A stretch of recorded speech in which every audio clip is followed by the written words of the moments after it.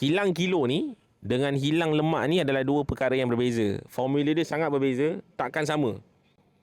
Sebab kalau nak hilangkan kilo ni, kita hanya kena aplikasikan konsep termodinamik. Termodinamik maksudnya macam ni. Katalah berat Tuan Najmi 80 kilo. Makan kari pak pusing. Satu biji kari pak pusing. Ataupun donat lah. Donat apa? Donat nenen. Donat nenen tau? Ada dekat Mas Rika jual. Oh, yeah. Donat nenen. Donat nenen dengan kari pak pusing ni katalah 200 gram. So konsep termodinamik ni, daripada 80 kilo berat badan Tuan Najmi, makan kari pak pusing atau donat nenen tadi ni 200 gram, berat Tuan Najmi sekarang jadi berapa?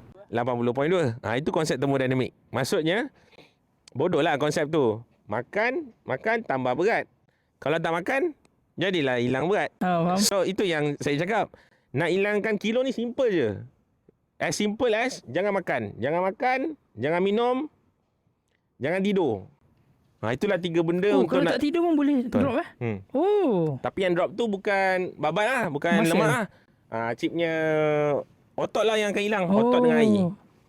So bila tak makan, bila tak minum, bila tak tidur, basically akan hilang banyak gila otot. So ini benda yang paling mudah untuk kita hilang.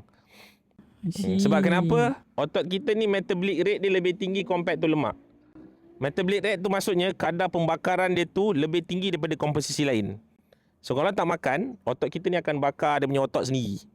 Dalam bahasa kampung ni macam tu lah. Tapi nama proses tu gluconeogenesis. Badan kita perlukan gula.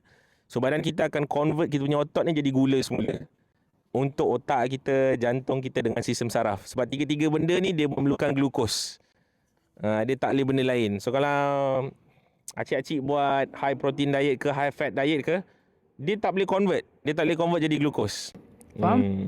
So itulah cerita dia. Bukan semata-mata berat.